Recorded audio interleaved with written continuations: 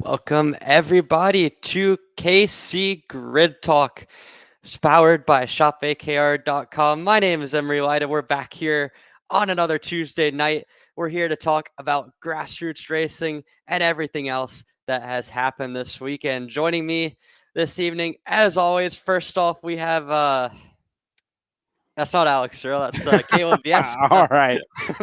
Good joke. My apologies on that one. But Caleb, I mean, good weekend. We commentated the MCC club race. Unfortunately, not with Alex, as I learned the hard way. But, how was your weekend as a whole? I saw you got back into the seat this weekend, became the first kart chaser member to win this weekend on the karting side of things. So talk to me about how your weekend went as a whole and everything that you went through this weekend. Yeah, so someone sent in a question last week about when I was getting back into the seat, and I was, kind of debating. I was thinking about racing on Saturday, and I ended up going. I pulled the trigger. I went out to race.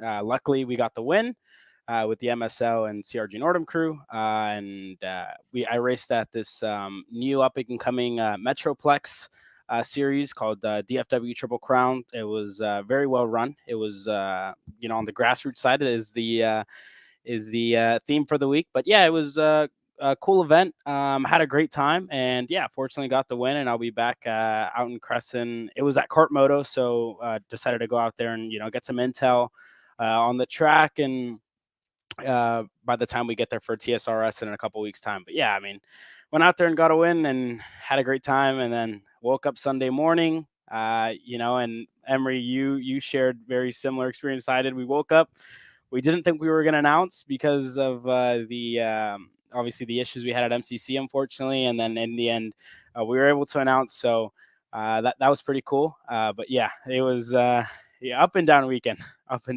must say. Yeah, absolutely. We're going to see Caleb running X30 Pro for the rest of the year. Definitely not. After an outstanding showing at Kart Moto. Another guy that had a good weekend was Alex Searle. Alex, no on-air time for you this weekend, but you were back at AMR helping people out, doing the great things that you do as one of the most popular, notorious driver coaches in that area. Yeah, for sure. It was a good weekend for my kids over there. I mean, I coached for the Rise Racing guys for the past year and a half over there in AMR, and they put on a good show.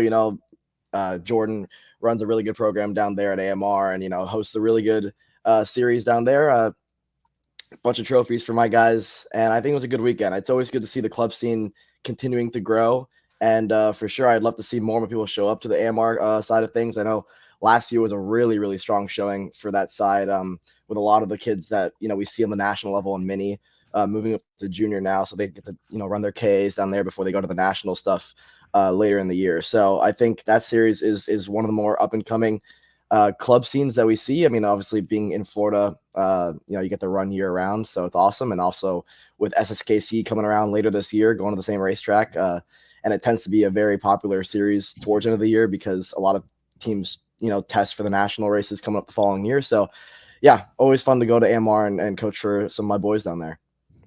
Yeah, and so Alex, I mean, a good weekend for you. On my end of things, as Caleb alluded to, commentated on Sunday with the MCC races. Hats off to Trevor and the boys for getting everything sorted out. I mean, we had a lot go on, but to be able to solve the technical issues and get a broadcast up for the final on Sunday was something that I was really glad to see, and glad to be able to work that one out. I also took the LSAT on Friday, so glad that's behind me at this point. That's all I can really say about that. But we survived it. We were able to relax a little bit this weekend, and then got back behind the mic on Sunday. So good weekend for everyone all around, but a big grassroots weekend for us. Again, like we mentioned, we had the Motorsports Country Club of Cincinnati, the Pro-Am Championship, the first round there on the national layout, over 120 entries. We're going to talk about that first. Later on in the show, we'll discuss the CKNA South race at AMP at Atlanta Motorsports Park. That one had a really solid 143 entries, a great turnout. And again, AMP always known for some good racing. Alex was, like we mentioned, working at AMR Motorplex, so another club weekend there. Caleb won at Kart Moto for the DFW Challenge stuff. And then obviously we're going to talk more about the grassroots initiative as a whole, as well as some of the stuff coming up this weekend. I mean, we've got another slate of races, both on KC as well as beyond that we'll get into. But first off, let's start where Caleb and I were. We had the Motorsports Country Club of Cincinnati, round number 1 of the Pro-Am Championship.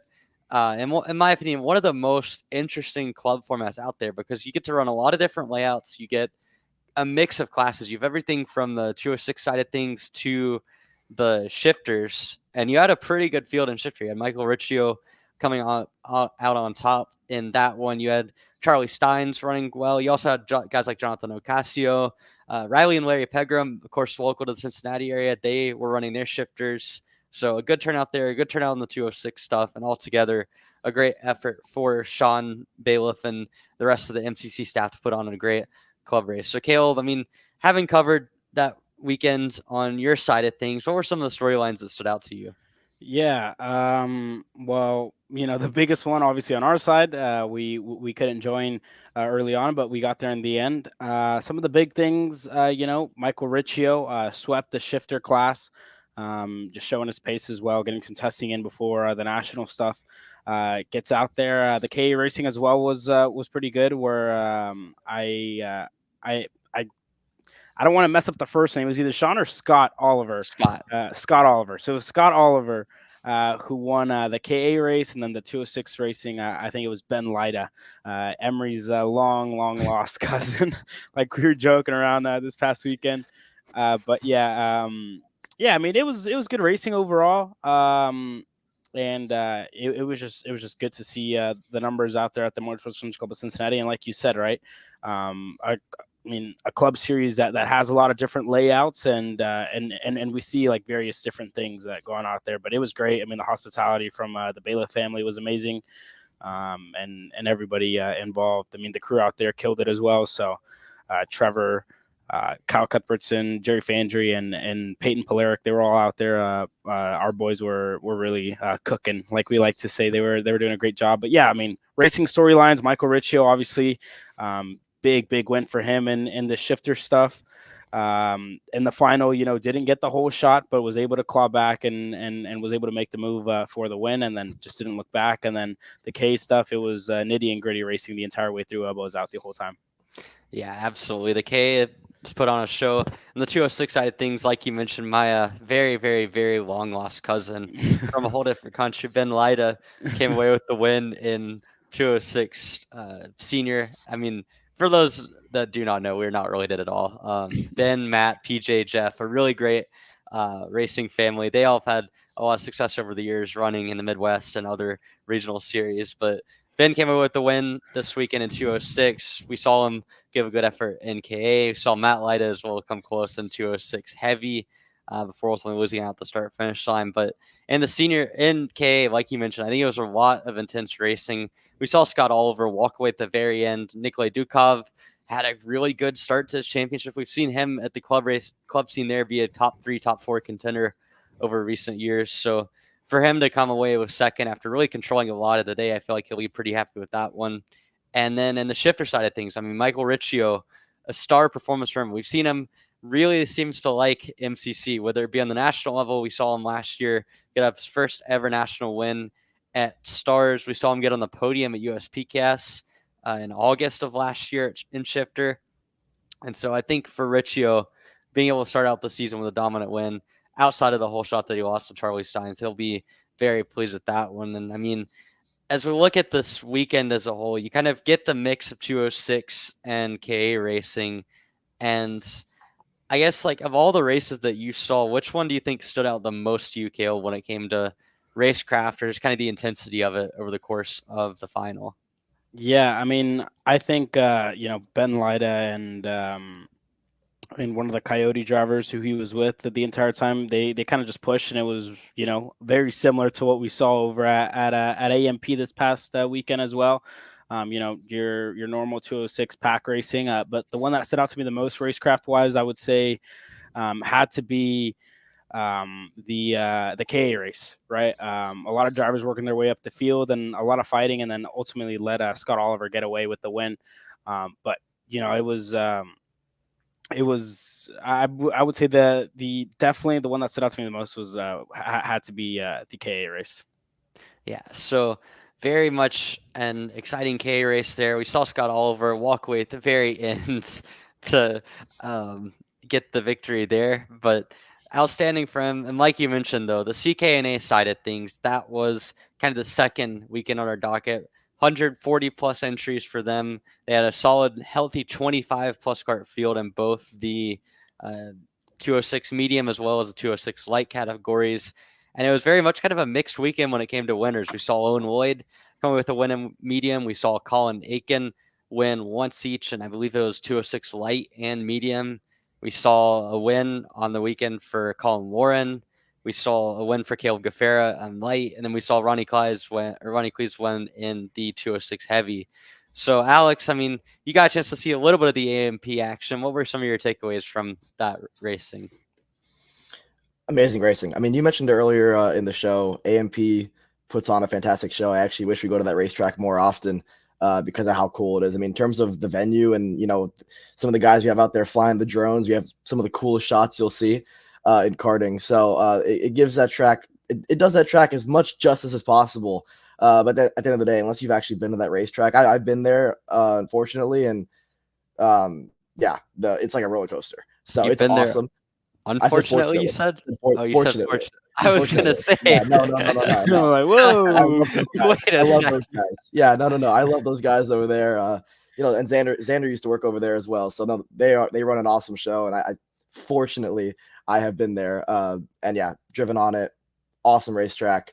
The 206 racing was incredible. I mean, from start to finish, from the kids to the adults. But especially in medium and light, how close the racing was all the way through. At a track like AMP, even though it's pretty high speed, it's hard to pull away there. You pull out a line, you'll just see 2 or 3 guys go by you. It's your typical 206 pack racing, but it's some of the best racing you'll do. And for anybody watching that wants to get into 206 racing, but maybe thinks otherwise, it's some of the hardest racing in my opinion, to actually go out there and win a race. I mean, we see the likes of Caleb Gaffara going down there running 206, and he's been on the X30 level and been very quick on that side as well. But, he, had to work for that victory that he had in light. We saw Owen Lloyd. He's a veteran in the 206 racing at this stage in his, life. So yeah, to win the 206 medium race is, tough to do over there, especially with Colin Warren, who's been fast, his entire life. And he's done all the way up to the X30 Pro level. And I know he's trying to hopefully, get a little ride there. So hope to see Colin Warren on the national scene this year, but with him, coaching for Chad Dawkin on the national level as well. Back when he and Stephen Miller were a team. Obviously, Miller now in the Nash Motorsports camp. But yeah, the racing was awesome all the way through. And yeah, like I said, those AMP guys run a great show, and I really hope we get to go to that track more often. Yeah, absolutely. And I mean, the CKNA South again putting on a great show. We saw, AMP with the layout, like you mentioned, very high speed, very draft dependent, and I think that kind of contributed to a lot of sort of the parity in winners. But Kale, you've watched a lot of the CKNA scene over the years. I mean, certainly people wanting to know if you're going to run CKNA Grands again. It's up in the air, but I mean, you see some of the guys up at the front of the field. Were there any of them that kind of stood out to you as maybe being a little bit unexpected, whether it be in light, medium, or heavy? Yeah, so there was I mean a lot of new guys working their way up into the top 5, getting in the mix. I mean, one of our Texas locals, Bryce Frank, got himself in the mix this past weekend. Another guy who's close to you, Emery, Nicholas Kiefer, I believe his last name is. Yeah. With the Mach 1 guys and Todd Barron leading that whole group. He was able to work his way into the top 5 as well, and a lot of different names, that we're not so used to seeing. Because I mean, whenever you see your 206 racing, you're used to seeing one of the big names, the VLR guy, Colin Warren, Owen Lloyd, and the MGM. Obviously, Caleb Gaffera was getting into the mix. McKeithen was up there, and then more. I mean, across the national 206 stuff. I mean, you're used to seeing Overbeck, Massimino, and a lot of these other factory 206 guys that I mean you're so used to seeing in across all the classes. But yeah, I mean it was just good to see the difference in, I guess, in classes. I mean, but Owen Lloyd was up there at the front. I think he ran, if I'm not mistaken, I think him and Colin Aitken actually ran triple duty, if I'm not mistaken. I think it was light, medium, and heavy. I could have gotten that wrong, but I know they did the same thing out at the Spring Nationals in Charlotte whenever we were out there. So I mean, a lot of these guys, running triple duty, and they're quick in every single class, fighting for wins. Colin Warren, always one of the guys to look out for, always, arguably one of the guys to beat whenever you go out there. So, yeah, I mean, a lot of class in that 206 field. That's, that's, I mean, we really have the pleasure to start going out to more CKNA events and then start seeing more. I mean, last year with the Grand Nationals, this year with Charlotte, the Spring Nationals, the first event that we're going to do. I mean, we're going out to the Summer Nats, and then we're going to the Grand Nationals again. And then we had the pleasure to do, South already. So, I mean, it's pretty cool, to start, dipping our toes into the 206 world a little bit more. So it's definitely been a pleasure to kind of, put all those guys in the spotlight, because in all reality, I mean, they deserve it. Yeah, absolutely. And again, like you mentioned, a lot of kind of new faces up there. I mean, you mentioned Nicholas Kiefer, a GoPro or track. Let's say it again. A track Make a house. counter for you. Yeah, at this point, it's way too high over the course of the year. But a track house local, he had a solid run in 206 heavy and sort of dipped his feet a bit in medium as well. Showed some speed at good points. So good to see him up there. Cale Gaffera, have not seen him a lot at CKNA races. I believe that was one of his first 206 races. So for him to come away with the win in light and then be competitive up at the front in medium as well was impressive. And then, of course, like you mentioned, kind of the notable names like Owen Lloyd, who ran, I believe, all 3 classes like you mentioned. So again, like him, Aiken, those were the 2 that I felt like kind of stood out in terms of the versatility. But it feels like it's kind of the same. It's not overly surprising within the 3 classes, but I will say seeing Ronnie Cleese come away with a win on Sunday in heavy was super impressive for me, because he was, in my opinion, kind of one of the storylines from the CKNA Winter Nats in Charlotte, was just how impressive he was in the 206 heavy category. So for him to be up at the front all weekend long, he snagged a victory on Sunday. I felt like that was impressive against a lot of guys that maybe have a little bit more name pedigree to them, especially seeing how competitive Owen Lloyd was across the board. For Cleese to kind of build off of what he was able to do in Charlotte was a storyline for me. And again, I think that there was a lot of good racing being had at AMP. I've always felt like AMP is a track that if you were to bring like a national level race to it, like there's a lot to like about that circuit when it comes to the raceability. It's a spectacle, honestly. I've unfortunately never had the chance to drive it. And I mean, yeah. And I have to say, like, it's one of the bucket list items for me. I want to go down and run AMP at some point, because it reminds me a lot of Shawano, which all the kart chaser guys know is one of my favorite tracks of all time. Yeah. And so I think that track would be really nice to see a national. I think this weekend we saw kind of a taste of what it can do on a larger scale with the CKNA South stuff. So that was good. MCC was good. We also had a stream at Talladega on the dirt side of things, the second dirt broadcast we've done. So that was pretty eventful as well. But as a whole, like the entire grassroots effort, all 3 broadcasts going on this weekend, a lot of thanks go out to everyone that helped that happen on both our side of things, as well as the track and the series side of things as well, to help out with running it all. But CKNA South, again, over 140 entries at AMP, lots of parity when it came to the headline classes in medium and light, with Gafera, Aiken, Ward, and Lloyd all splitting wins. And then on the MCC club race, seeing what Michael Riccio could do in the dominant fashion shifter, the parity, the good racing, and the 206 side of things, as well as a really good win for Scott Oliver. That was kind of a wrap up of our weekend on the Kart Chaser broadcast on air side of things. But when we come back, we're going to talk more about the entire grassroots effort as a whole. So talk about kind of the series we've been working with, what our goals and ambitions are, and some of the importance of both having a grassroots series and having club series out there, as well as what it means for us to broadcast and what we're looking at going forward. So that's all coming up after a short message from our partners. Brandon, why are there all these charges for just over $200 from Acceleration Kart Racing's website? That's because AKR gives you free shipping on orders of $200 or more within the continental US. Okay, but I thought you were just getting a pair of gloves. That's what, 70 bucks? But if I'm getting a new pair of gloves, I might as well get a new pair of shoes to match. And then on top of that, I'll get a neck brace, because with the shipping, it's basically free. Yeah, I do not think the math checks out on that. Everything you need, all in one place and shipped to your door for free for orders of $200 or more. Exclusions apply. Spend responsibly. Shop AKR.com. Welcome back to KC Grid Talk, powered by shopakr.com. My name's Emery Lida. I'm joined once again by Caleb Vieska, as well as Alexander Searle. And I mean, you guys, we've been talking about grassroots so far in this episode. We've seen a lot of broadcasts so far this season. And really, I don't think we've truly had a full podcast to kind of break down what all of this does. So the KC grassroots side of things, we saw regional racing last year. We saw the likes of TSRS being displayed, Club Series. We saw Route 66 back in 2022.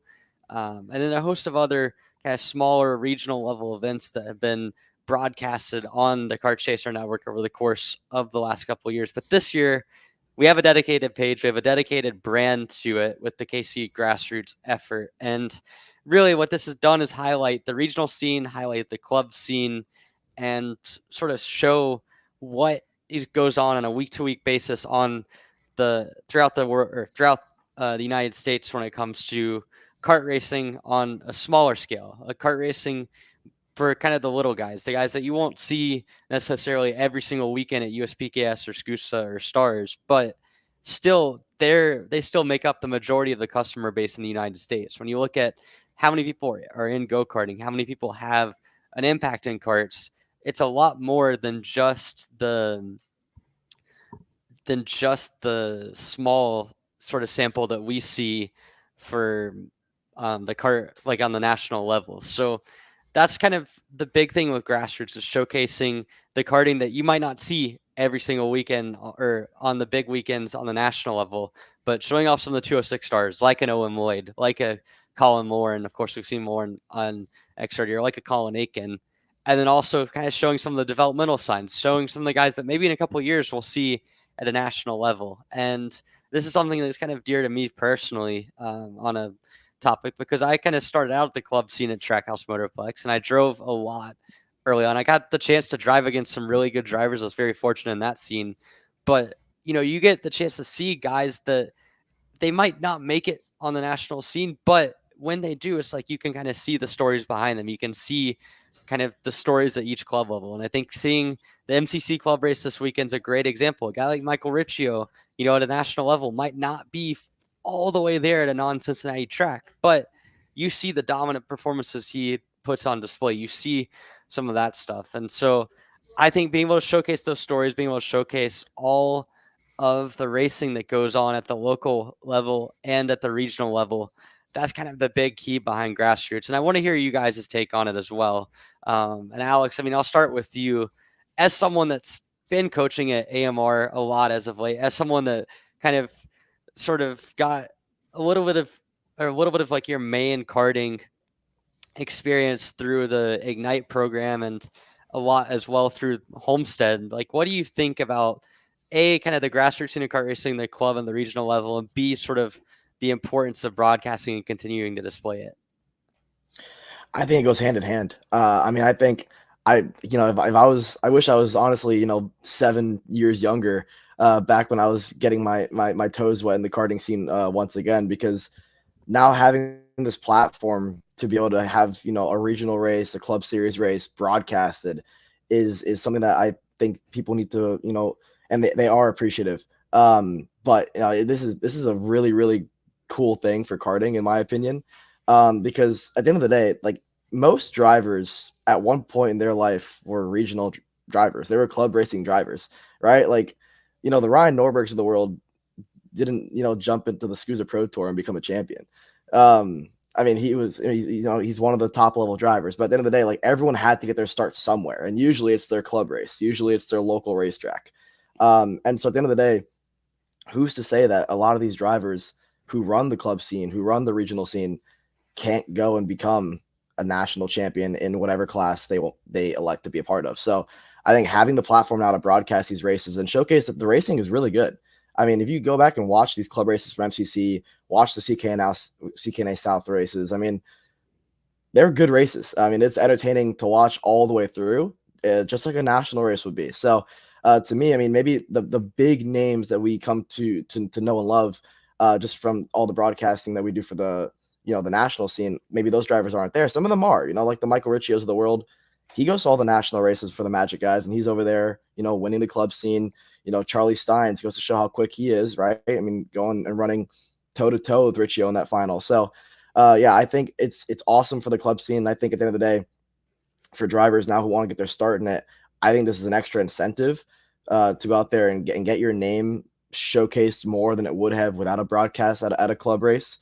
And like I said, everyone starts at this level. So I think it's great for the sport. Yeah, and Caleb, I mean, as someone that participated in kind of a grassroots level competition this weekend and turned around and broadcasted it this on Sunday as well, sort of what, I guess, you're kind of someone that I guess has been on the personal level racing. You've mostly been on the grassroots side of things over the course of your 3 years in karting. How has that kind of shaped how you view karting as a whole, and what do you think the broadcast can add to it over the course of the next few years? Yeah, so this is, I mean, the grassroots side. Whenever Xander obviously told us that we were, expanding to this, was something pretty cool for me, right?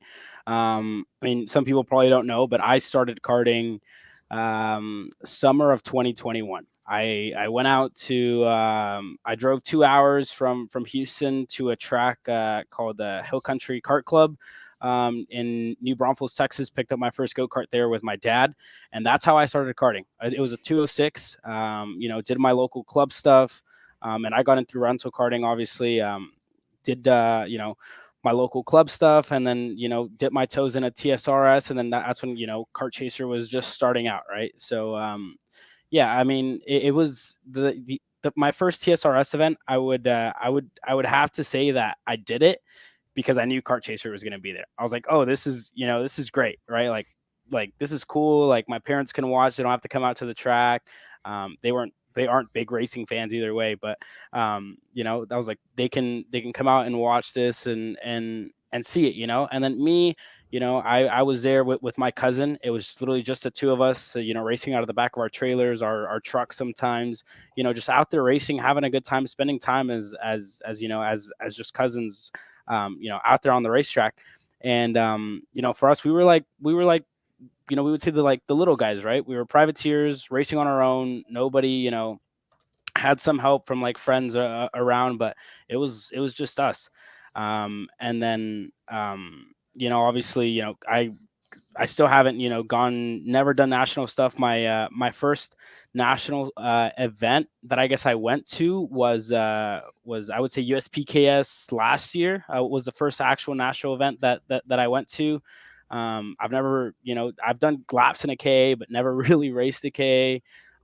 So, the entire grassroots, the idea of grassroots is super cool for the little guy, right? It gives us the opportunity to go out there, talk to those parents, those drivers that are racing out of the back of their trucks, racing out of the back of their minivans, just a 10 by 10 easy up tent, and it gives us the privilege to go out there and like let them know that we see them, that that we can see what they're out there doing, because it's the point of of our platform as a KC Grassroots. I mean, when we go to TSRS, where we go to Rotax, the regional scene, MCC club races, or wherever it may be, right?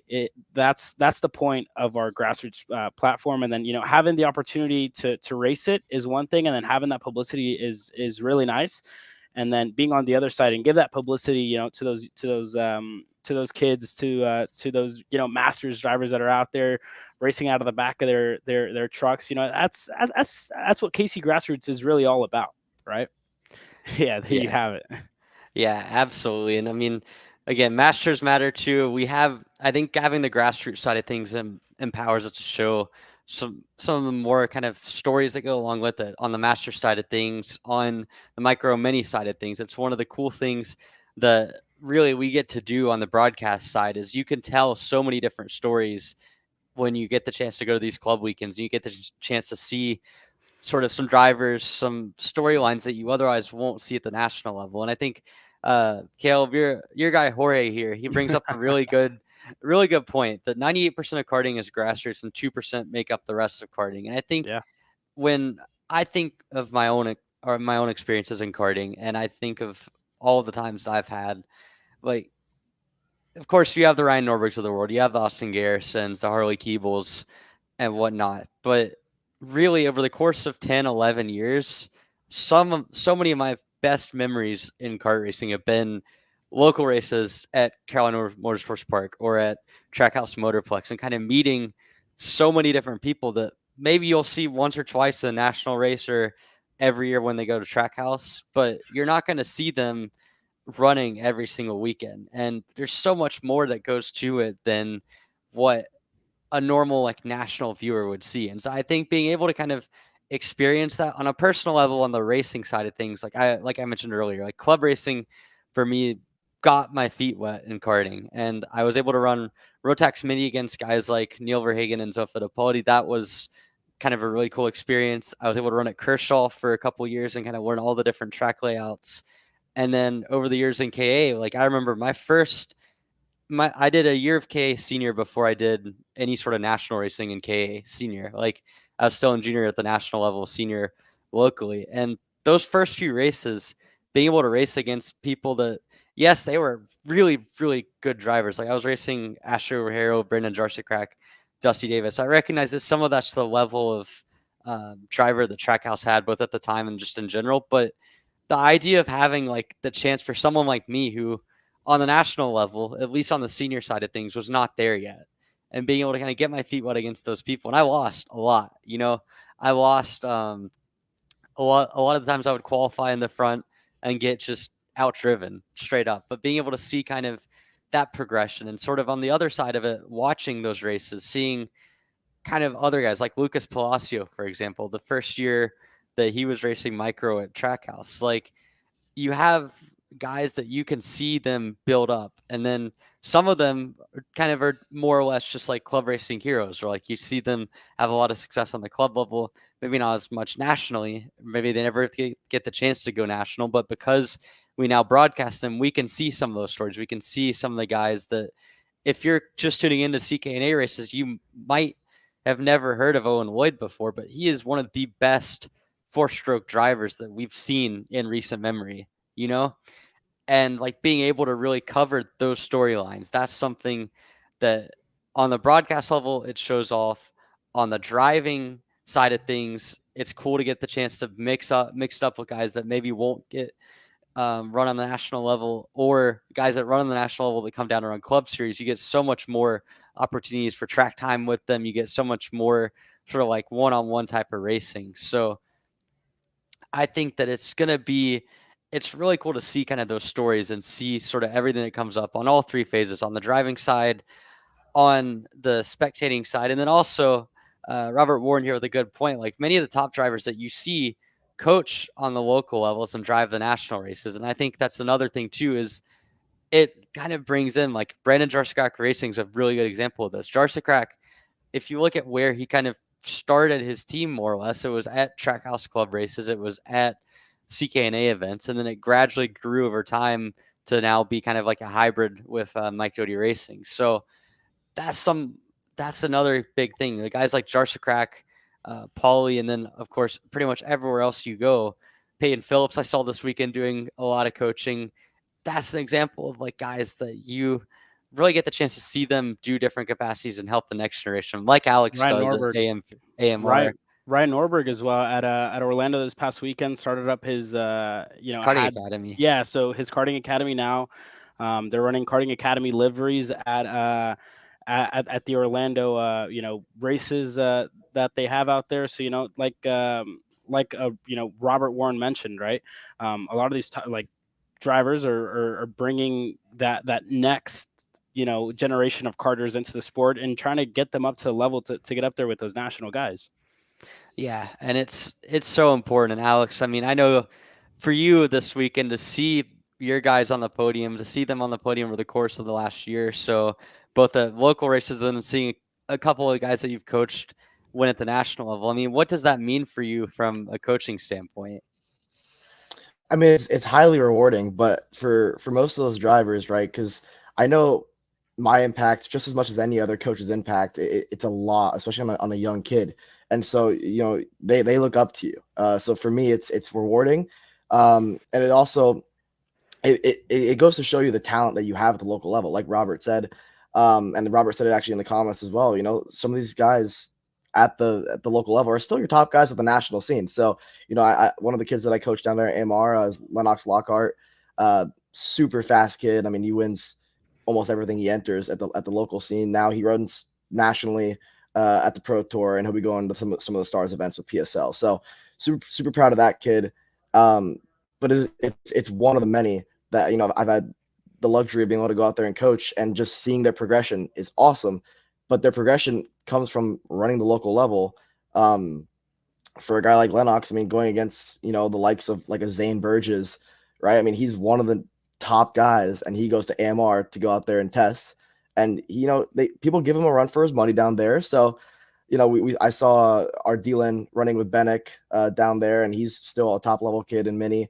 Zane he's a micro driver running Mini at the AMR scene. So, some of these drivers taking the club level to go out there and test, their skills for the following year. But it's always good to see these drivers. I especially at the AMR side, I'm biased because I'm down there so often, but I think what we see on the K junior and K senior side of things is really, really strong. I mean, Vanchev, Gassiet Lee, Ethan Skyman Jenchik on the senior side, Colin Lloyd, and Santi Fernandez. So some high level guys at the AMR scene, and I know there's many club levels like Trackhouse that provide really top level racing at a club level, at a pretty at a cheap amount, should I say, for racing terms. And that's the other thing that we need to mention about the club level as well, is if you find the right club scene, if you really want to find competition at a pretty penny compared to what you would see at a national level,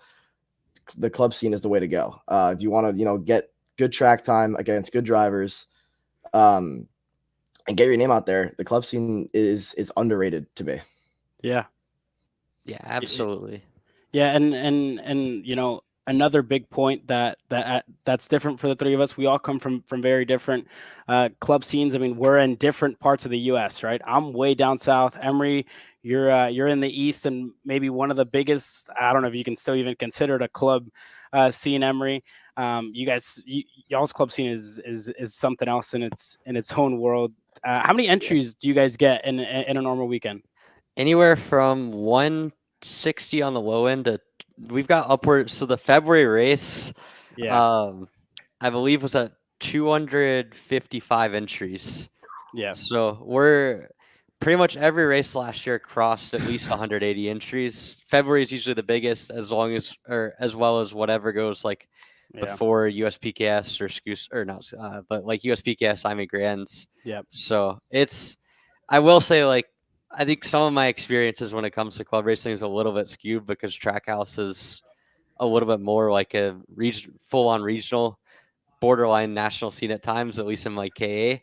But when it comes to the entries here, like even in the same concepts apply, where you kind of get to see a lot of the guys that you'll see up at the front of national races, mixing it up with guys that maybe won't have the budget or the experience quite yet to run on the national level. So like you mentioned, though, a lot of different places, a lot of different storylines. And honestly, like I think the club scene across the U.S. is one of the biggest things in karting that we can advocate for, Caleb.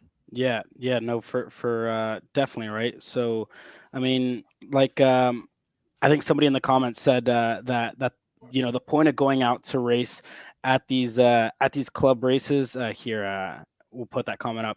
I like running club racing to give back to the local tracks, right? You want to support your local track, give back to the community, because that's the whole point of club racing, right? Giving back to the city from where you may be from, and then just giving back to that local track and doing that, because that's the whole point of club racing, right? So I mean, it's as a grassroots side, we're fortunate to go out there and show some of the stars of the grassroots level, whether it be club who like we said earlier, right, don't have the opportunity to go up there and race at those big national races and go all around the U.S. and race elsewhere. Yeah, absolutely. I mean, I think it's kind of giving back to the local tracks, giving the opportunity for a lot of drivers, and as well as that, kind of showing the spectators what all there is to American karting that goes way, way, way beyond what you might just see at a Pro Tour weekend. And that's something that I'm really excited to see us continue to do. I'm really excited to see kind of how we can continue to expand the coverage over the next few months and years, because there's a lot there. This is just kind of scratching the surface. Like this weekend, we covered 2 races. Next weekend, or 3 races next weekend, I believe we've only got the one at Whiteland coming up. So there's still a few local races that we're covering, but there's so much more out there to catch up on, whether it be the Rotax West Series coming up next weekend, rounds 5 and 6, whether it be the club race at Whiteland that we're covering, the Trackhouse Club race this weekend, even more stuff going on throughout it. But Pat's Acres had a good club race this past weekend over on the West Coast. We saw the Challenge of the Americas as well. There's a lot of different stuff going on in karting, and even if we don't get to it, it's still worth following. And our hope is that the more that we can provide these kind of local, regional level broadcasts, the more of karting that you all get to see, and the more that we can expose the sport and the more pure forms of the sport to everyone out there. So that's kind of the grassroots side of things. Again, this weekend was a big weekend for us. We had CKNA South. We had our second ever dirt broadcast in Talladega. We had the Motorsports Country Club of Cincinnati, their first club race. So it was a big weekend for that. This upcoming weekend, another weekend on our side of things on the grassroots level. And then we'll get up to back to the national swing of things at Stars at Charlotte. But as we get into the end of this episode, what we're going to go to is we're going to do some questions. So if you guys have any questions for us, we've already got a few from our Instagram page that we'll go through earlier. But also, if you guys have any questions, do leave them in the comment for us. It can be as serious as you like, as much as technical racing stuff as you want it to be, or it can be as simple as talking about me being a Wish version of Xander or something along those lines. So do leave those questions. We'll get to them after this break. Colin, I need a new 219 chain. I need a 77 toothbrush sprocket. I need some more chain lube, and I need it probably as soon as like tomorrow.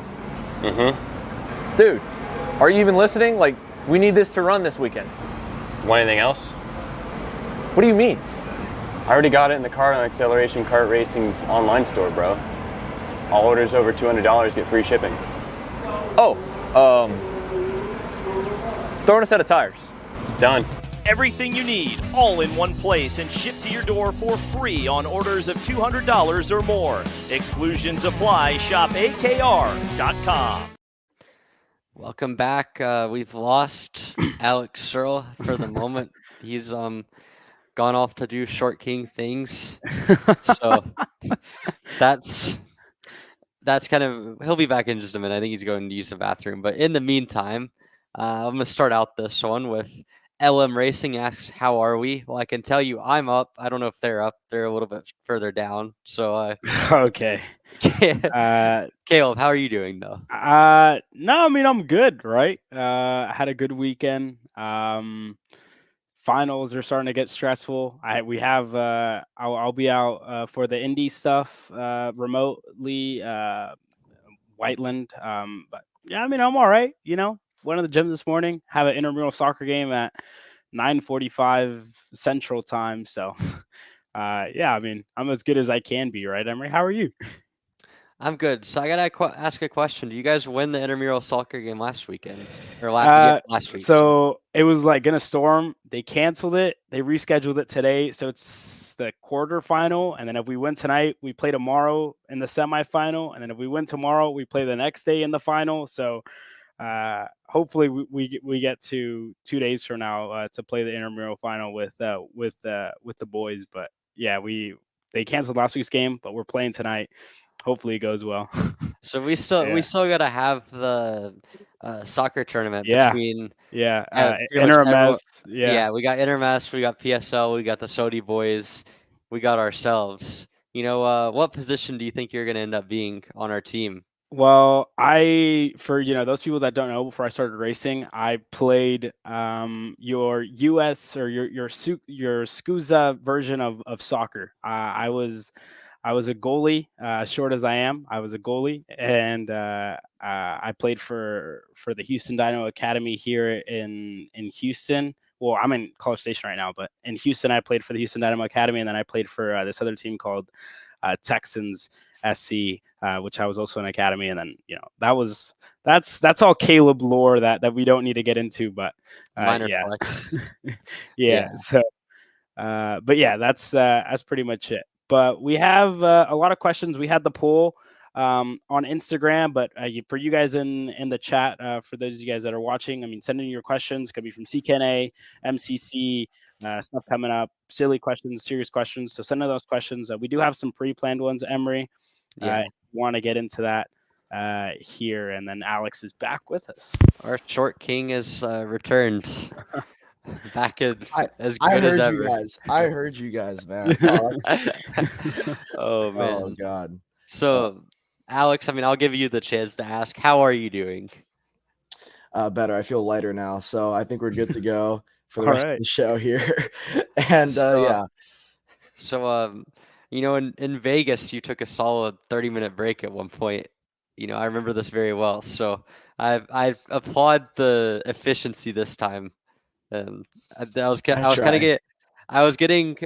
prepared to host the show without you at this point, but we'll get into some more serious discussion topics. Starting out, well, I'll start with a non-serious one because our good friend, partner in crime, social team maestra, Kendall Hedge, asked why you guys are so short.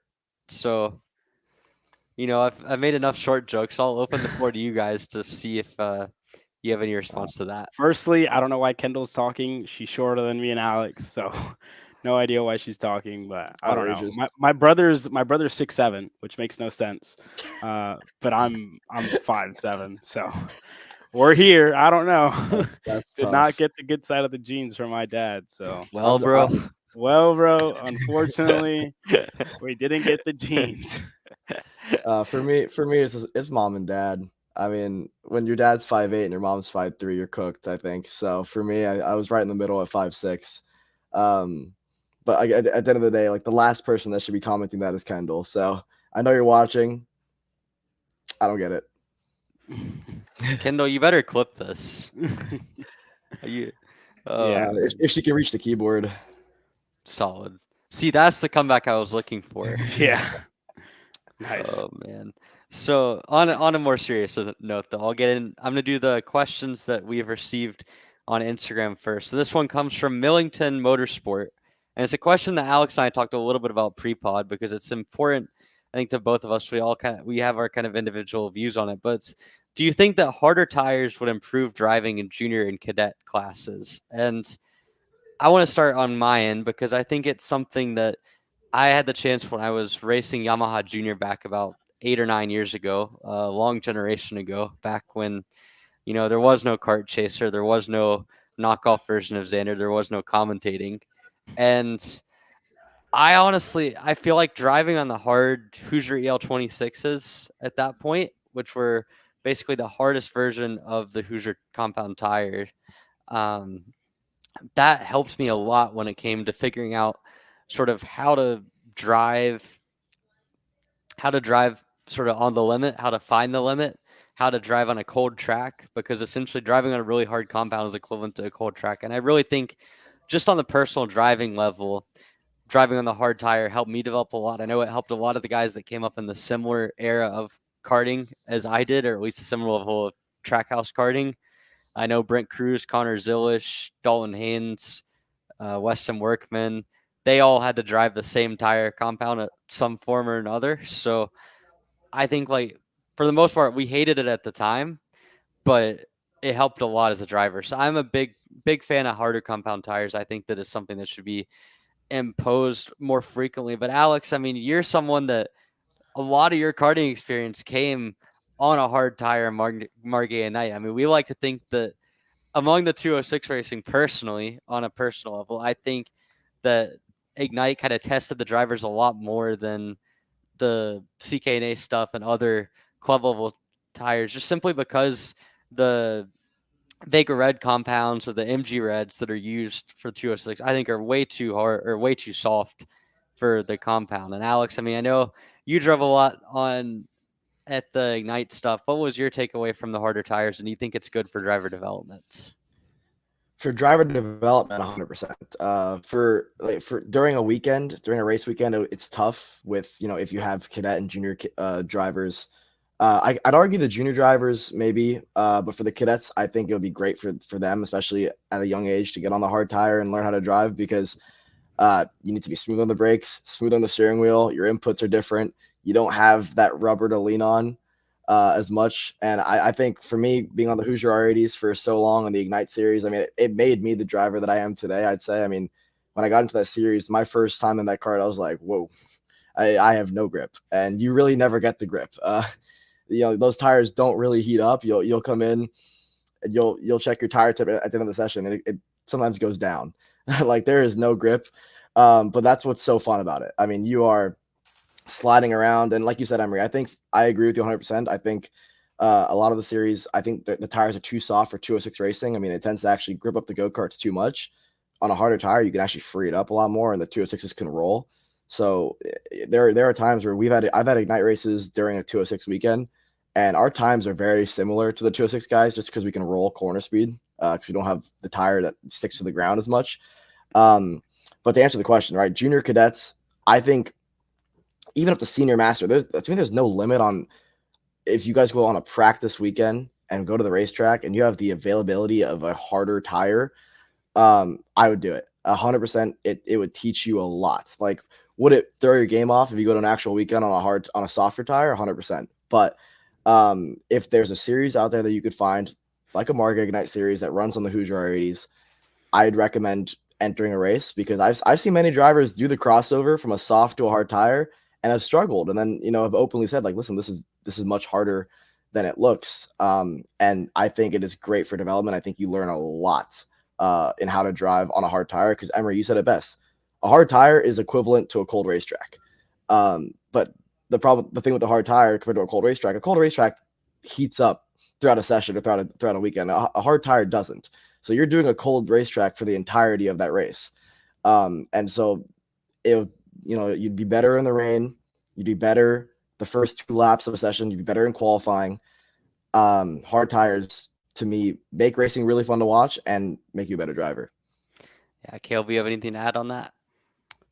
Yeah. So, I mean, I obviously drove the Vega Reds at CKNA Grands, and it's just a way softer tire. But I think whenever I first started learning, how to drive, it was on the Avinco Blue, right? A little bit of a harder tire than the Vega Red, and then you get to the big national stuff, CKNA Grands, and you encounter a much softer tire that you have to drive a lot differently, right? And I really think that, for the junior kids, whenever you get to CKNA Grands, I think for no matter, I guess, the age group, it's the pinnacle of 206 racing at Indy at the end of the year, right?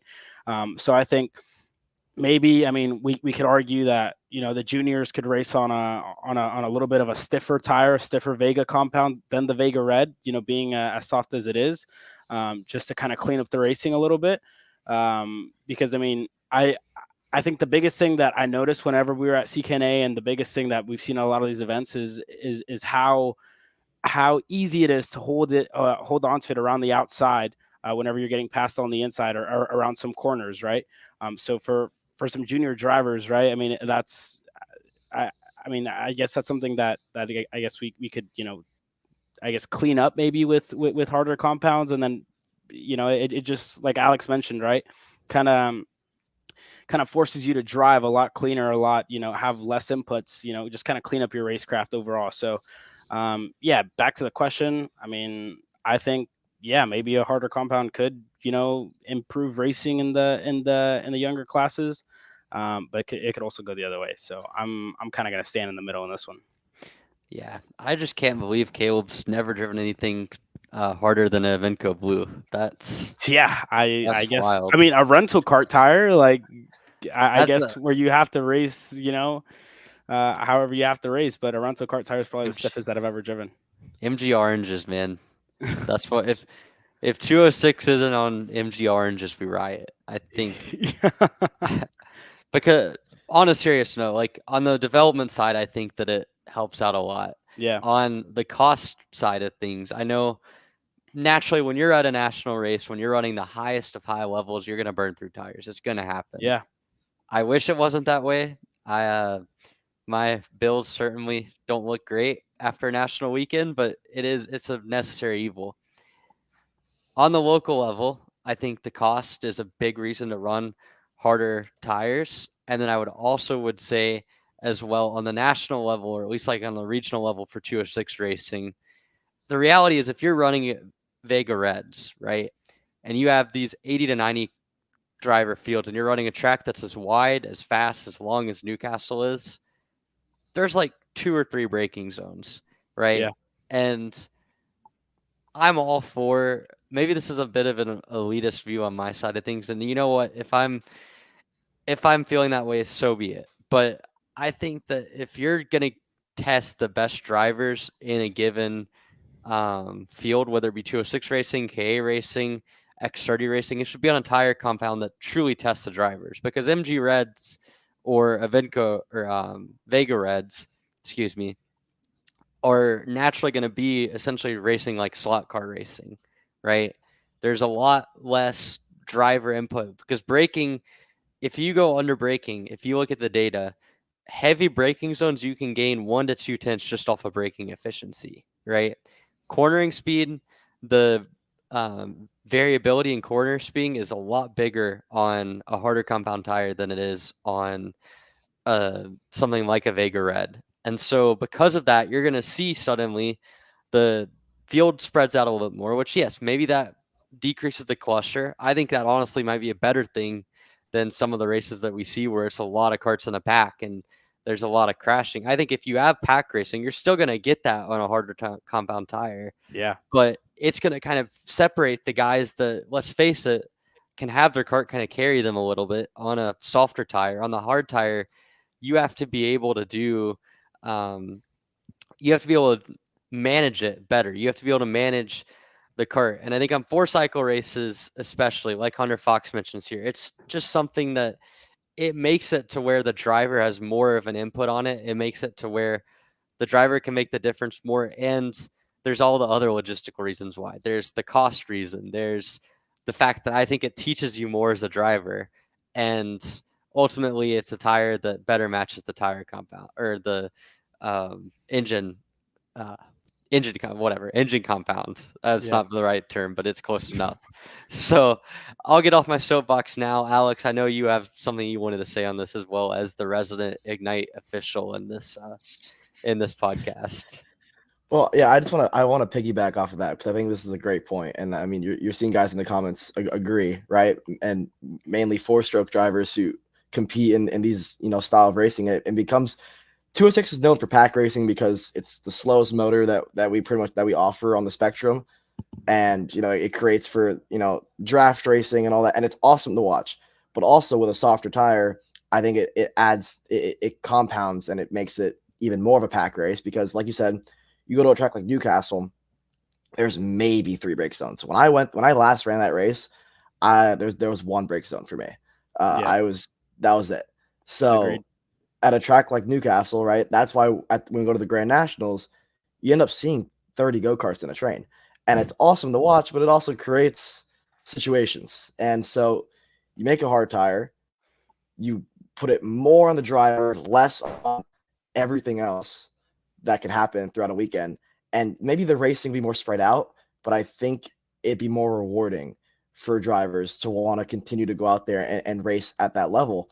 And yeah, it gets entries. It gets a lot of entries, but with a harder tire, I think the racing would be better. I don't think it would split the racing up that much, because at the end of the day, it's a 206. You're still going to have the draft, but I think it would split the pack up into the top 10 that should be up there, and then some of the guys further back battling it out. So yeah, I've seen Jed in the comments saying that you couldn't have said it any better, because he's a former Ignite guy. Hunter Fox, you showed, former Ignite driver as well.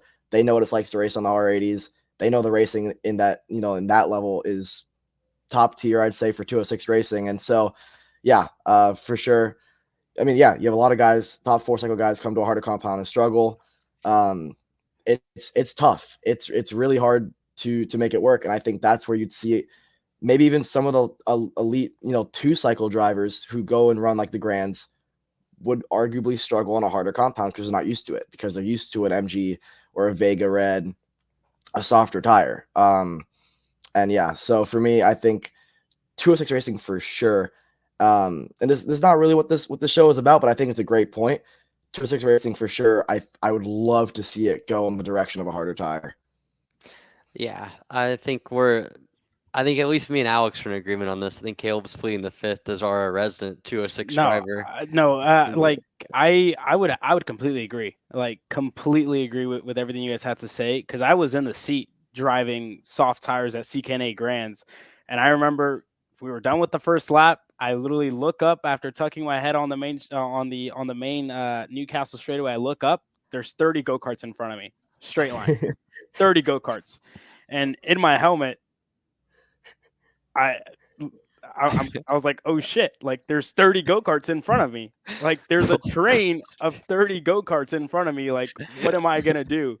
Like, where am I gonna go? Someone's gonna crash. We take the first turn in lap 2, and literally it's just carnage everywhere. I'm just kind of trying to find my slot on the track to kind of get through all the carnage that's going on, because there's a lot of guys holding it around the outside, trying to dive bomb moves, because the tire lets you do that at CKNA Grands, right? I was in a wreck in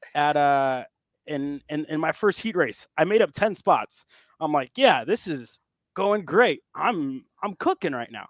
Some guy, I send a move into the Monza corner, and then he's able to hold on to it around the outside, and we just crash, because the tire lets you do that with such a soft tire that the Vega Red lets you do that. So yeah, sorry for the language, but that's exactly what I was thinking in my helmet whenever I look up and I see 30 go-karts. One more thing I want to add to that, because Emery, you touched on it. I think, because why, at the end of the day, why, besides the fact that it's entry-level karting, in the grand scheme of things, if you look at it from 206K X30 shifter is the level that you do, unless you're a kid, you're running Sportsman Cadet Micro Mini.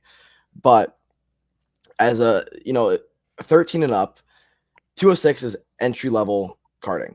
Why do you do it? Oh, well, it's cost efficient. If you throw in softer tires in the mix, you're still burning through tires. If you want to go out there and win a race, you're gonna have to go buy at least probably 2 sets of tires for the weekend. For me, when I ran the Ignite series, I ran the same set of tires from lap 1 of the first race to lap 20 of the last race of the year. I didn't change tires. And that, you guys know what tires cost. It adds up. And so for me, if you're going to run entry-level karting, you're going to be cost efficient. Let's make it cost efficient. And if you can run the same set of tires, and maybe you do one set, but honestly, on a harder set, and Emery, you would know this, if you buy a new set of hard tires, you got to go run them a couple sessions to make them good. So it's faster to just run the same set of tires. And so that is incredibly cost efficient for anybody who's looking to get into 206 racing, into any form of karting. Yeah, absolutely. And again, that's the hard tire discussion. We could go on for hours on that because I think it's something that we're kind of all in agreement for. But I think we went on for 15 minutes about tires. So Hey, moving on. Hey, bro. Hey, bro. Time to move on. Tires are a very valid topic, but we'll go to some other questions we have here. This one came in from Jorge. Just kind of a quick one would be, why do you feel what you call a national driver coming to a CKNA race or a club race makes it more important than any other race weekend? Honestly, Jorge, like, I don't think in a vacuum, it doesn't make it any more important, right? I think that's like each of the races have their own storylines, even the lack thereof of like guys that have name recognition. You still have stories that develop over the course of the weekend. You have competition that will breed itself. Like, I think a perfect example of this is the KA final in Cincinnati. Like, let's face it, if you were to look at USPKS or stars from the last couple of years, there's maybe only a couple of guys that the average karting fan that follows intently would recognize. But yet I'd argue that the final that it put on was better than just about any other final that we saw all weekend, right? And so, yes, you can have the local fields where you have national level drivers. And in my opinion, that makes the product really good. But the product can be really good no matter who shows up, no matter what the field is like. And I don't know. And in summary, that's kind of part of why I think having our grassroots effort is so important and why we're really kind of focusing on it. And again, Hunter Fox, I know, Alex, you can kind of possibly add some more input into this, but definitely knowing from the Bushnell and Jacksonville locals, essentially it's like a CKNA national race, top 3 to 5 drivers normally all there. I know on my side of things, you go to a Trackhouse Club race. My favorite part of last year, and what I still will use to brag till the end of time, is that I beat Dalton in the club series on equal footing, and he goes out there and wins Miami Grand Nationals. So you won Miami Grand Nationals. Transitive property. Let's we can ignore the 30th place finish I had that weekend. By transitive property, I won Miami Grand Nationals. But no, you have pretty much any club series you look at, any of the high level club series races in the U.S. You go to Homestead, you have Colin Lloyd racing down there. You have Zane Burgess. You have Santi Fernandez as well. You have, of course, the junior guys, which is absolutely stacked at the Homestead local series. You go to Texas and Speed Sports, no matter what race goes there. Obviously, you'll have Aiden Rudolph. You'll have other guys from down there go in and race up at the front. You go to NTK over the years. We've had Peyton Phillips. You've had Adrian Cruz. You have Alex Stanfield. All of those guys running NTK club races. Orlando, Ocala, whichever one at a given time. You had Norberg, you had Garrison, you had all the OGP guys back in the day. You had in more recent years someone like Enzo Vidmatien coming through the ranks, like Stephen Miller. There's so many guys that run on the club series that those guys, they might not be the names that they were or that they will be in a couple of years, but you develop them over the years. You see their stories and it progresses. So I think no matter who the name is, no matter who it is, how good they are nationally, there's still so much to be known from a club series. And Jorge, I mean, I think yes, naturally the guys with the bigger names might get more media coverage or more social media exposure just because of kind of their previous experience, but the races themselves, same level pedigree, same level coverage. I think that it makes for really good racing, as we saw this past weekend, both at CKNA South as well as in Cincinnati. And I can piggyback off that, Emery, real quick with Jorge's comment there. Just talking about this, right? You saw Connor Zilich and Brent Cruz go out there, stack up against, I think it was a field of 60 of the best 206 racers in probably the United States and in the world. So like at Spring Nationals, and you saw Brent Cruz was outside of the top 10, struggling all weekend for pace, right, against the top notch of 206. Connor Zilic, obviously, being Connor Zilic, put himself in the top 5 against all those guys who are hardcore 206 racers, and I think that's why we like seeing those guys. Like, how are they going to stack up against this field of your local club guys? Like, how are they going to do? But I like, piggybacking off of what Emery said, it's just kind of cool to see them going and kind of racing that and how they stack up against your local heroes. Yeah, and a good discussion to have. Another good one, and kind of on a similar line of reasoning as well. This one comes from Matthew Del Sol. Matthew asked, do you think the reward of entry count numbers is worth other side of drivers running 3 classes? We have 15, 16-year-old heavy class, or 15, 16-year-olds running heavy classes. Sorry, just a bit of a dyslexic moment there. Or would a cart weight limit help safety? I go back and forth on this one, and I think it kind of goes along with the other discussion when it came to looking at all the national level talent running club races. I think when you get into the light, medium, heavy, the argument with guys running medium or running 3 classes is twofold, right? One of them is the entry amounts. The series have incentive to get more entries, make more money, so on and so forth. The drivers, you're seeing the best of the best go from light, medium to heavy. That also plays in itself to it plays to the argument in itself, though, where you kind of have sort of maybe a more stacked competition. But the flip side is the weight argument is definitely borderline unsafe at times, and you have a bunch of weight going on the go-kart, whether it be running from someone running light to running medium or running light all the way to heavy. And Alex, I mean, I know you're a resident lightweight here, so you would probably, as someone that's done this before, as someone that's been heavy on the 4-stroke background, what is your take on going all the way from light to heavy?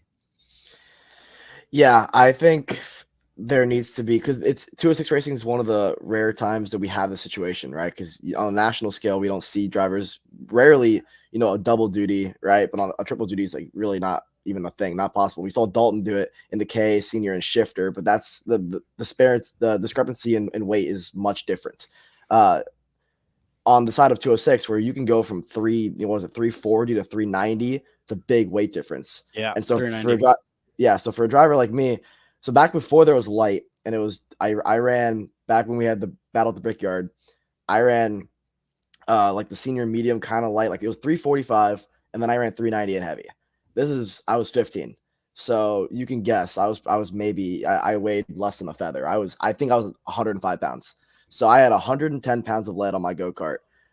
And yeah, that was the last time I did that. I mean, it was probably not the safest thing for me to do, because, and I never thought about it at the time until somebody mentioned to me, listen, like if this thing goes up and over, like it's not great.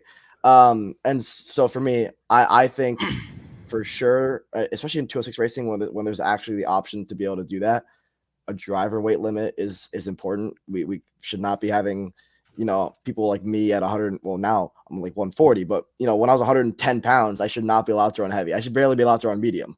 I was still putting 60 pounds of go-kart on it. So 60 pounds on my cart. So yeah, I'm all for the double duty. And if you can run triple duty, I'm all for it, as long as you meet maybe a certain weight limit, because if you have somebody too light, it becomes a safety thing.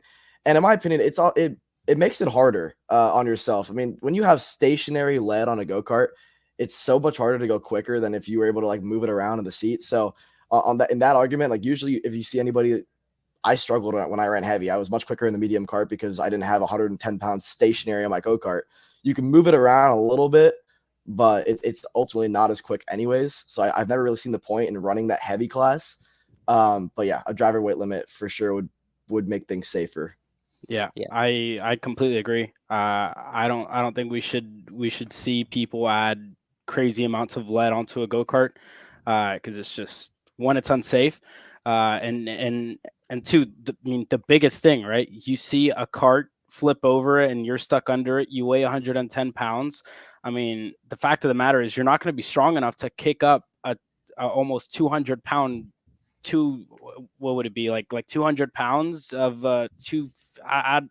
I'm terrible at math. It's like 250 pounds. Or Of, 110 pounds of weight. Yeah. Plus a go-kart that's probably on an LO206 engine would be roughly 100. Would it be like 260, 270? Yeah, you're talking 250 to 260 pounds. That's insane. So yeah, no, Matt, I think you bring up a great point. There should definitely be and then he says here as well, I just read this, like in Sunday's 206 heavy heat race, we had a driver lose a side pod with lead bolt to it because they had another cart. Yeah, it just, it's crazy, right? Like, you should not add more than 60 pounds of lead to your go-kart. It's just outrageous.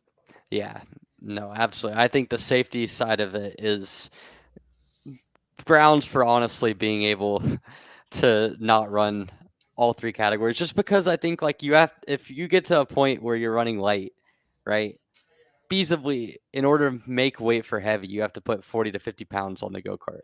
If you're going to run heavy, you're probably not light. If you're running heavy naturally, you're probably not light enough to run light. I can tell you that I'm not light enough to run heavy. I'm not light enough to run probably even medium. I mean, I can make the weight if I lost like 10 pounds, 15 pounds, but like, 206 heavy, the point of it is for your heavier set guys, right? And then guys that want to do double duty and want to do a little bit of both, right? But that's the point of 206 heavy racing. Like, when you're 110 pounds, 140 pounds, adding crazy amounts of weight to your go-kart just so you can do 3 classes in a weekend is just kind of crazy, right? I mean, yeah, that's all I'll say about it. Yeah, absolutely. So I think definitely the heavy side of things, you have to be careful with it. You have to be careful to put so much weight on it. Like the guy, I didn't see anyone that was putting more than, I would say, 60 pounds just from a quick math side of things. But even still, that's getting on the verge of being too risky. Plus, I mean, it's a pain in the scales to lift those carts. Or carry go-karts, period. Yeah. Josh Reed, a lot of Cameron, obviously, well wishes to her after a scary accident out at AMP, so well wishes to her. And Cameron, she's a lighter girl, but we don't see her running heavy, right? They run medium and then they run light. So but yeah, well wishes out to Cameron. And then, like Josh Reed said, right, some people do have to add a lot of lead, but adding a lot of weight is crazy. Yeah, absolutely. So that's on the lead side of things. Real quickly though, kind of the last of our YouTube question or like live chat questions that we got. This one comes from Austin Klein. What speed secrets, if any, are you willing to give away? Well, I think honestly, Caleb Vieska is the best person to ask for that because he won the most recent race. All right, we can ignore the CKNA Grands result, but no, I think we'll get into this in just a second. But for example, I'm new to the sport in 206. I need to buy a degree wheel for cam calibration. I haven't heard many tech specifics in person. So on a serious note, actually, Caleb, I think you're the one to start with on 206. Is there any advice that you would give Austin or any of our viewers who are just getting into the 206 side of things? And then Alex and I will kind of go from there. Yeah, so one of the biggest things in 206, Austin, being as smooth as you can with your hands is the biggest thing that I'll tell any driver getting into the sport, or stuff that I still tell myself, right? Smooth is key, is what I was telling some of our kids this past weekend that I was coaching with the CRG guys and the MSL team this past weekend out at Kartmoto. Smooth with your hands and you'll find so much time. Minimal inputs in 206. Whenever you do any more than the minimal input, you're going to scrub a lot of speed off of an engine package where you need to keep the revs up. So smooth is key in a 206. Minimal hand movements and just being one with the go-kart, letting the go-kart do the work is what I can say. So smooth hands. Caleb always stays smooth the hands. Yeah. It's the Caleb Vieska coaching right there. But okay, on my side of things, I think the biggest thing to look for, I'll start on the technical side. Granted, I do not know a ton when it comes to 206 engines. I've only ran a few different laps on a 206 package, but I will say with 206, gearing can be very important. Understanding when you're going to hit the limit, or understanding kind of how you want to balance it. And again, with the roll speed being as important as it is, like Caleb mentioned, you really want to try to get away with as low of a gear as possible and be able to carry as much straightaway weight to hit the chip as long as you possibly can. I think that's kind of what I see, the big technical side of things that people struggle with on the 206 side. The cart setup wise, wherever your local cart shop is, whoever it is, whatever sort of chassis you're running, whether it be used or new, there's generally some baseline when it comes to setup. That will vary based off of what tires you're running, what different or what the shape of your cart is. I know personally, on the 206 side of things, if you're running Vega Reds, you have to try to keep the cart pretty free just because of the amount of shear grip, which goes back into our whole tire discussion that we were talking about earlier. But keeping a free go-kart, whether that be through a stiffer axle, and remember as well, the axle compounds are different for 206. You usually are able to run more cut axles. You're able to run thinner, smaller axles. So that's something to keep in mind when it comes to that. On the driving side of things, Caleb mentioned it well. Smooth hands, very important. Roll speed, very important. Understanding how to be consistent. I think if you can get out there and just run hundreds of laps, like 100, 200 different laps, try different approaches, and then try to get as close to the optimal lap for as many laps in a row as possible. Because once you get comfortable running with yourself consistently, then you can start picking up, comparing yourself to other people. Up until that point, you're kind of shooting darts blindly, because you don't know if you can replicate your own laps necessarily. And this is another thing. Jerry Fandry saying gearing on a 206 all depends on the track. Jerry knows a lot more than I do about 206 racing. These guys all know a lot more than I do about 206 specific gearing, 206 specific setup. If it was KA racing, I could tell you a lot more. A lot more that I probably wouldn't want to tell you, but there's a lot of sort of specific stuff. But I would say gearing wise, figure it out with the people that are at your local track. Don't be afraid to ask questions. I think in this industry, for the most part, everyone wants to help to a certain point. Like, we all want to see each other run up front, even if it's not. There comes a point where you're going to withhold information when it comes down to that last tenth or two, but getting yourself off the ground, getting yourself in the right ballpark, I think there's very few people that want to keep people from having fun and want to keep people from being able to get the most out of their experience. So don't be afraid to ask questions, be smooth and consistent on the wheel, practice, get consistent. Once you get a chance to practice and race with other people, get as much wheel-to-wheel exposure as possible.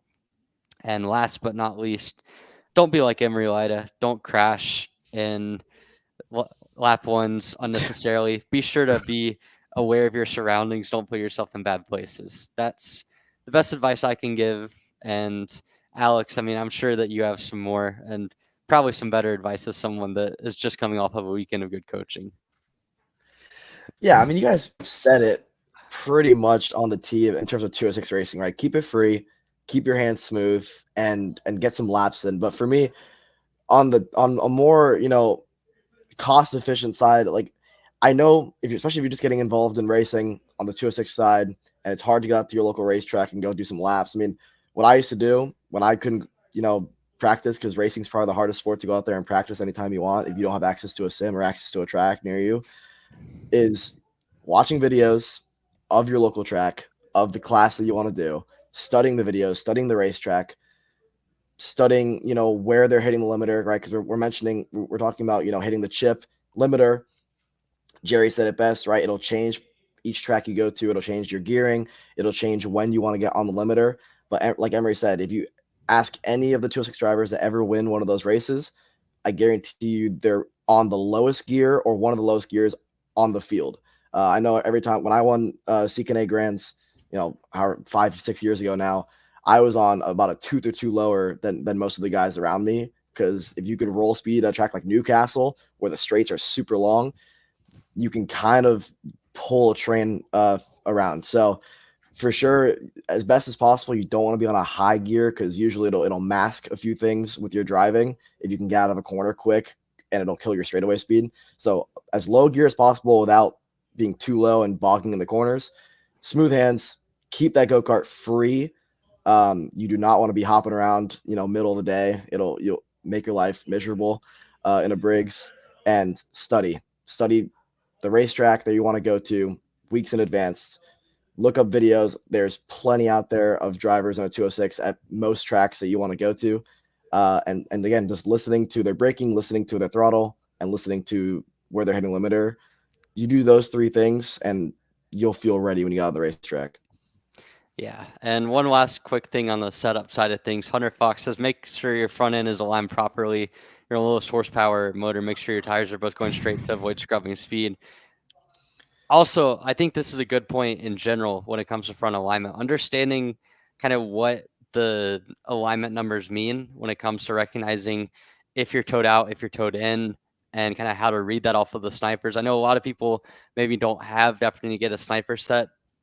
Honestly, if you have the money, if you have the opportunity to get the investment, I think it saves so much time when it comes to being able to get the alignment set properly, so you're not just shooting blindly. But more than that, to use snipers, you have to understand kind of what the values mean, what sort of the alignment means, as well as that beyond just the caster, the camber, the tow numbers, also understanding what it means to kind of adjust the sweep as well, and kind of sort of recognizing when the sweep is off, that can affect the left to right comparison. I think all of those things are alignment things that you can use. And like Hunter says here, it's the best tool you can ever buy to set up your cart. Like if you want to go from just kind of going on a whim basically and being sort of, I guess, with the flow of things, I mean, being able to have a sniper set and recognizing your own setup, setting up your own caster and tow numbers, that is going to help you so much, especially if you know what you're doing, if you know what you're looking at, you know what you can kind of set it towards. That will do a lot. Also, one other quick thing, when you're checking your alignment, if you want to be real precise with tow, you always want to try to make sure that you set it when you're in the cart as opposed to when it's on the stand, or you figure out what that offset is and then you set it after. Once you figure out what that difference is between being in the stand versus in the cart, you adjust for that and you set it on the stand, taking that into account, because that was something that it took us about 6 months to figure out. And my life would be a lot better if I didn't have to go through those few months when I was a mini. So that's the last piece of advice. Just snipers, they're great. Get them. And the alignment will be a lot easier. So that's it for the YouTube questions. We still have about 4 more questions to go through on our Facebook that we'll go through really quickly. Sorry, did not realize I had to get back into my phone. But this question comes from 72 Chicken Wing. Says, what's the most superstitious pre-race thing you've seen something or someone do? Alex, I feel like you've probably been on the most diverse amount of grids when it comes to car racing and kart racing and coaching and all of the above. I'm going to start with you. What do you think the most superstitious thing you've seen someone do is? I think you stumped me there. Maybe I'm just not aware when I'm on the grid. Maybe I'm too locked in that I don't see all the people who are doing. But I don't know if I have an answer to that in terms of the most superstitious thing that I've seen on a grid. I mean, I've seen drivers, headphones on, locked in, listening to music on the grid. I don't particularly do that. I like to be a little chill. I feel like it doesn't get me too amped, and then I, freak out before the race. So I've seen that. I've seen the classic, the jump roping on the grid. That's more on the car racing side. But in terms of anything else that I've seen, I don't know if I have an answer for you there. I do. All right, let's hear it, Caleb. I think Vinny Miskelis, always. He's always. I always see him, stretching on the grid, up and moving on the grid, and then right when he gets in his go-kart, he prays before every single race, and I think that's pretty cool, right? Every time you see him, whether it's a heat race, whether it's a main event, whatever it may be, he's always up out of the go-kart stretching. When he sits down, he always says a quick prayer before he goes out, and I think that's pretty cool to see from Vinny Miskelis. That's the only driver that I've really seen have a pre-race ritual, or whatever you guys would like to call it. Yeah, so there's a few different archetypes of pre-race drivers, and it's something that me and my trainer, Trey Shannon, we've had a lot of good discussion on over the years when it comes to the different approaches to pre-grid. Starting out with the most adverse to talking, you have the guys like Tyler Wettengel, for example, who would get into the go-kart with his helmet on and basically just sit in the go-kart full helmet for a solid 10-15 minutes on the grid before the race actually starts. I could never do that. My nerves would absolutely kill me. So T-Dub's a good example of kind of the more like locked in focus. Muskelis, like Caleb mentioned, he's very, very much kind of locked in on the grid. I noticed the prayer pretty much every time, even from qualifying and practice occasionally, you'll see him kind of go through his ritual. So it's really neat to see Vinny go through on that side of things. You have kind of your more like middle ground drivers, those that kind of hang around a little bit on the grid. Another funny story I remember is Mateo Rubio Luengo. This had nothing to do with being superstitious, but he was cold one time, and I saw him about 3 sessions before we were on track. Like this was last year at a club race, and we had Briggs Heavy, or no, it was Briggs Junior, Briggs Heavy, and IME Junior before us. The Briggs Junior race is on track. There's probably 30 to 40 minutes of on-track time, and Mateo's got his helmet on, just walking around the pits. And I'm like, what are you doing? It was because he was cold. So I thought that was one of the like more locked in superstitions. Willpower has a lot of them. I don't really have time to list them out, but one of them is he never eats peanuts on race days, and does everything he can to avoid the number 13. That's superstitions I've heard of. I know on my side of things, I do not get into the go-kart until the last possible minute. Sometimes I'll literally, like in the case of speed sports, I'll watch the race from as far away from my kart as possible. And if I know that there's a pickup or two, I'll wait to walk all the way back and then get in as late as I can, because I hate sitting on the grid. Like heart rate goes up, I freeze. I feel like it's just like not natural for me. Feels like forever. Yeah, well, it's like I just I can't do it for whatever reason. Like I feel like the more I sit in the cart, the less comfortable I get, and the less like locked in. If I'm kind of lighter, I'm more zoned in. I don't have time to think about myself. Once I get on track, it's never an issue. I'm never anxious on track, but off the track on the grid, I can't do it. I haven't gone as far as some people that I've seen. Let's just say get rid of things in their body on pre-grid. You know, like certain type of disposal. Christopher Yahtzee says that he likes getting in his cart as early as he can. Again, that's kind of more on the earlier side, staying more locked in. But you're crazy, dude. I don't know. I really couldn't. Even this past weekend, I was starting on pole, and I was like, yeah, I'm gonna wait till the last second to get in my go-kart. They literally threw up the 1 minute sign, and that's when I sat down. Yeah, but no, I know. Yeah, I feel like there's more people with our line of thinking, Caleb, than the other way around. But yeah. I'm trying to think now as we're speaking of any like crazy. Okay, I have a question then, because the one thing that I used to always do, and it's like I think everyone does the same thing. What side of the go-kart do you get in? I'm always left side. I think it has to be left. It has to be left side.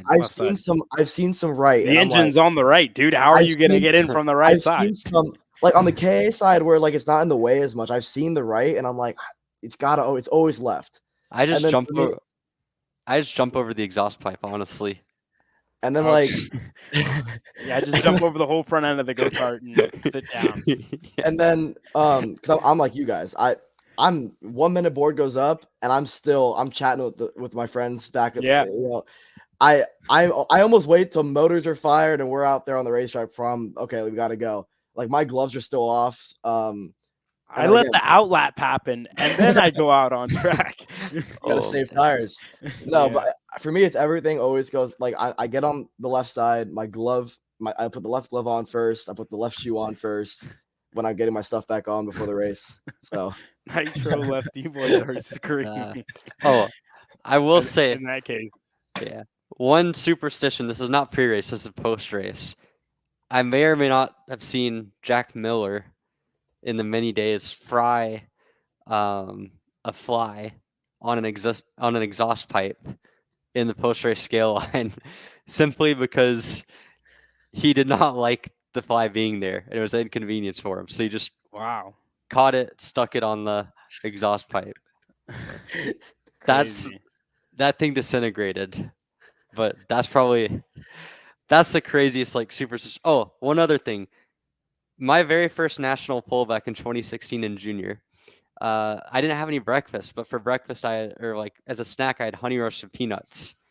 And there was a solid like 3 or 4 year span where after that moment, before qualifying, I'd always go to the GoPro shop and get honey roasted peanuts. Nice. Then I stopped doing that because I stopped doing as well, Yeah. and haven't gone back since. So that's enough time on random superstitions, random like rituals. But anyways, on to our last couple questions here. Our friends at No Context Kart Chaser want to know if Caleb will be running CKNA Grands again this year, trying to improve on his display from the last year. Caleb, do you have any insight into that? At the moment, I have no plans to run CKNA Grands after the pitiful year that I had last year, because was definitely not ready for that high level of racing against 60 of the best in 206. So I definitely wasn't ready for that. I doubt I'll be back out there this year. We are working, so hopefully I can go out there and work, pit reporter, commentator, whatever it may be. But yeah, I doubt I'm racing CKNA Grands. I must say, leaving my boy Jed hanging out to dry, and Jerry Vander Sr. Yeah, I don't know. I guess we'll see. I always, it's always a toss up, but we'll see. I'll probably end up running. We'll see. We'll see. I mean, hey, Caleb's the only one in here to have won a race this year. Hey, I won this past weekend. That holds value. So, yeah. No, we'll see Caleb back racing. I'm confident of that. Racing good at CKNA Grands, that's a different question. But different story. I think we'll see him racing. So at least see me on the ticker. I don't know about see me on camera, but maybe see me at the back of the ticker. Hey, now the ticker updates down from 30th on back only like once every few minutes. So yeah. I think you're kind of out of luck on that one. Well, but oh man, last question from our Instagram side, and unless we get any more on the live chat, this one comes from Mesal OM.14. He says, "What caused Danny Formal to explode in that way in Pro Tour Round 1? Did Mateus push him?" So it's been a while since we've talked about that race at Pro Tour. It's been a month and a half almost since it happened. The verdict from after Pro Tour was that Morgado never really made contact with Danny to force him wide. So that in itself makes you think, okay, maybe it wasn't a good like retaliation attempt from Danny. I think saying that he went way overboard is a little bit of an exaggeration. I think he had a red mist moment, certainly. I don't think it was necessarily an explosion, but he did. I will say the contact from Danny's side was a little bit on the over aggressive side. What caused him to explode in that way? I don't think he exploded. I think that's a little bit of exaggeration. We talked to Danny afterwards. Obviously, he came to understand Mateus's point of view, chalked up more sort of the racing side of things. As we all know, he had a misshift on the exit of the corner, or presumed misshift that impacted that contact. So I don't know. I think it's kind of water in the bridge at this point. I don't think that it was the greatest moment on Danny's side. I think if he had to do over again, he probably wouldn't have. But I think calling it an explosion, calling it something that Danny went too far on is a little bit too far. But I'm interested to hear you guys' take on it. Certainly an incident that we spent a lot of time discussing at the time it happened and continue to discuss it ever since then. Yeah, I mean, it happened so long ago. I think misunderstanding was just a misshift from Danny, and tried to get the move back done on Mateus, made contact, and I think that was that. Nothing more to it. But yeah, Danny's a great guy. Nothing really more to say. Danny's a great guy, world-class guy. Always great talking to him at the track. Has some, great talking points. But yeah, nothing really much to add. And I think exploding is an overreaction. I think he just, kind of misunderstood more than anything.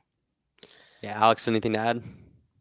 Yeah, I agree with you guys. I think to say that he exploded is an over exaggeration. I think if you're referring to the last corner when he and Mateus had the contact, he apologized for that outright on the interview. I think he regrets that. But in terms of if he was very professional in the interview, right? Maybe said a few things could take back, but at the end of the day, as a driver, we're all guilty of this here, and watching as you as a driver, you understand like if you lead 24 laps, you're going to be upset if you don't win that race, right? To lead all but 3 corners is very frustrating. At arguably the highest level or one of the highest levels in all of karting. And so you can actually almost sympathize with Danny after that moment. And so it was very understandable that he was upset. But to say that it was an explosion, over exaggeration, and yeah, he apologized on his Instagram afterwards for any action that was taken out of context and for anything that he did on the racetrack. Hinting more at that last corner with him and Mateus. At the end of the day, they're still friends. They're still going to put on incredible shows for us all year long, and we always love them at the racetrack. Danny's one of the most professional drivers I've ever met. Obviously, coming from the car side of things to the doing what he does for karting.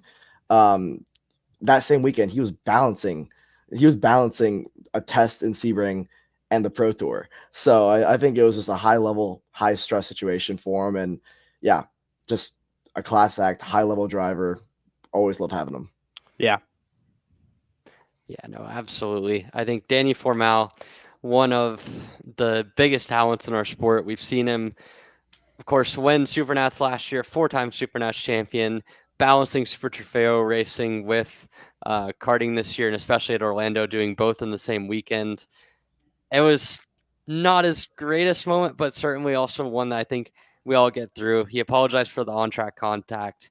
His off-track interview, well, maybe he would have taken back a couple of the things he said, is still very much Danny-like in the sense that it's professional, and he's always been very professional to talk to. So we move on. I think that we'll see more great racing from both Danny and Mateus going forward. So with all that being said, we've wrapped up our questions on both Instagram as well as the ones in the live chat. Caleb, you've got a lot to live up to this year. You're 1-0 when it comes to contact with David Cole. You're 0-1 in the actual result sheet. So yeah, we got to change that this year. I'm going to be, I don't know who it is that's going to coach you. It probably shouldn't be me. Maybe Alex is a bit better at it, but yeah, we're gonna get that that result up a bit this year. But yeah, Caleb versus David Cole again. Yeah. I don't know. We'll see if it happens. If it happens, it happens. If I race, if I don't, then it doesn't. And we'll have to wait until I'm in Masters and David Cole is probably running Legends at that time. So we'll see. We got a long way to go. Yeah, I mean, I think honestly, Caleb, were you more of an In-N-Out guy or a Whataburger guy? I saw DC's arguing about that. I'm gonna let a lot of people down here. Honestly, In-N-Out, you can't beat it. It's great for the price, and it's pretty good. I think Whataburger is getting a bit expensive now, and just I don't know. We don't have In-N-Out around here, so whenever I do get to eat it, it's pretty cool. But I think In-N-Out's a little bit better than Whataburger. I won't lie. Yeah, if you ask me, they can't touch Cookout. I was gonna say, I don't know. I'm more of a Cookout guy. I don't know. Where else can you go? Or just you can get 3 combos for like 3 pennies. Yeah, amazing. No, and stomach pains. I don't know. Yeah, I don't know. But that's every fast food chain. That's okay. Yeah, I was gonna say In-N-Out is definitely not immune to that either. So all right, I don't know. Right. I'm a pro level In-N-Out hater. Dr. Pepper floats. Come on, guys. Okay. Yeah, no, Matthew's got the right idea with this. Cookout is superior. You guys will find that out even more next weekend when we go to Charlotte for Stars. And speaking of that, we'll be back next weekend to preview, or next week, next Tuesday, to preview Stars Charlotte, to look back over some of the racing that happens this weekend and to get set for our next pro show, our first pro show on the Stars side of things with OKN and Pro Shifter. So home race for me. You guys get to come experience Cookout. It'll be a good week next week. We'll get to cover it all live pre-race to get set to go for that one. So excited to do that from myself, Emery Lida, my two favorite short colleagues, Alex Rowe and Caleb Vieska.